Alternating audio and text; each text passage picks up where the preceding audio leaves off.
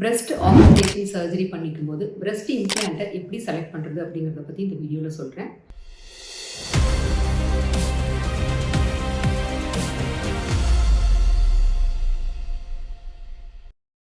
Breast implant select பண்ணும்போது பார்த்தீங்கன்னா முதல்ல என்ன சைஸ் இம்ப்ளான்ட் தேவைப்படுது அப்படிங்கிறத நம்ம முதல்ல செலக்ட் பண்ணணும். அதாவது இப்போ நம்மளோட செஸ்ட் எவ்வளோ அகலம் இருக்குது அப்படின்னு பார்த்துட்டு அந்த அகலத்துக்குரிய டயாமீட்டர் இருக்கிற மாதிரி இருக்கக்கூடிய இம்ப்ளான்ட்ஸ் தான் நம்ம செலக்ட் பண்ணணும்.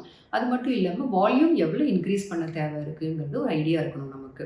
இப்போ ஒரு கப் சைஸ் இன்க்ரீஸ் பண்ணணும் அப்படின்னு நினச்சா 150 cc இம்ப்ளான்ட் வைக்கலாம். அல்லது 2 கப்ஸ் இன்க்ரீஸ் பண்ணணும் அப்படின்னு நினச்சா 300லேருந்து 350 cc இம்ப்ளான்ட் வச்சா நம்மளுக்கு 2 கப் சைஸ் இன்க்ரீஸ் ஆகும்.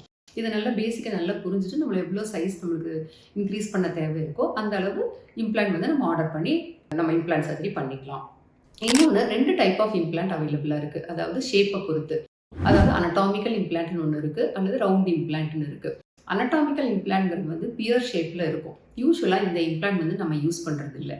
ஏன்னா இந்த இம்ப்ளான்ட் பியர் ஷேப்பில் இருக்கிறதுனால சர்ஜரிக்கு அப்புறம் ஒரு வேளை ரொட்டேட் ஆச்சுன்னா அது அகலமான பகுதி மேலே போயிடும். அப்படிங்கிறதுனால இந்த பியர் ஷேப் இம்ப்ளான்ட்ஸ் இப்போ நம்ம யூஸ் பண்ணுறதே இல்லை. ரவுண்டு இம்ப்ளான்ட் தான் மட்டும்தான் நம்ம யூஸ் பண்ணுறோம். அப்புறம் கண்டென்ட்டை பொறுத்து சிலிக்கான் 2 வகையாக பிரிக்கலாம். ஒன்று சலைன் கண்டென்ட் உள்ள இம்ப்ளான்ட், இன்னொன்று சிலிக்கான் கண்டென்ட் உள்ள இம்ப்ளான்ட். சலைன் இம்ப்ளான்ட்ஸ் இப்போ நம்ம யூசேஜ்லேயே கிடையாது. இப்போ நம்ம யூஸ் பண்ணுறது எல்லாமே சிலிக்கான் கண்டென்ட் உள்ள இம்ப்ளான்ட்ஸ் தான். அடுத்து பார்த்தீங்கன்னா சர்ஃபேஸை பொறுத்த வரைக்கும் ஸ்மூத் சர்ஃபேஸ் உள்ள இம்ப்ளான்ட், செமி ஸ்மூத், டெக்ஸ்சர்ட் அப்படின்னு இருக்குது. நம்ம காமனாக இப்போ யூஸ் பண்ணுறது ஸ்மூத் அண்டு செமி ஸ்மூத் தான்.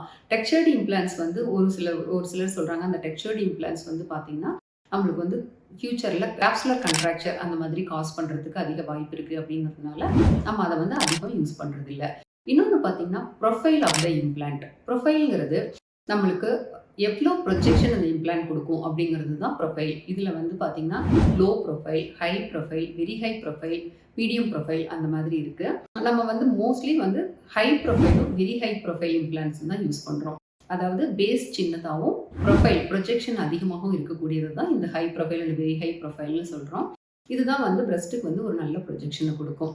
இதில் பார்த்தீங்கன்னா ஒரு சில கண்டிஷன்ஸில் நம்ம லோ ப்ரொஃபைல், மீடியம் ப்ரொஃபைலையும் யூஸ் பண்ணுறோம். அதாவது டியூபரஸ் பிரஸ்ட் அப்படின்னு சொல்லிட்டு ஒரு கன்ஜெனிட்டல் கண்டிஷன் இருக்குது. அதுக்கு நம்ம சர்ஜரி பண்ணும்போது அந்த கண்ட்ராக்சரெல்லாம் ரிலீஸ் பண்ணிவிட்டு அந்த கண்ட்ராக்சர் மறுபடியும் ஃபார்ம் ஆகாமல் இருக்கிறதுக்காக நம்ம லோ ப்ரொஃபைல் இம்ப்ளான்ஸ் அல்லது மீடியம் ப்ரொஃபைல் இம்ப்ளான்ஸை நம்ம யூஸ் பண்ணலாம்.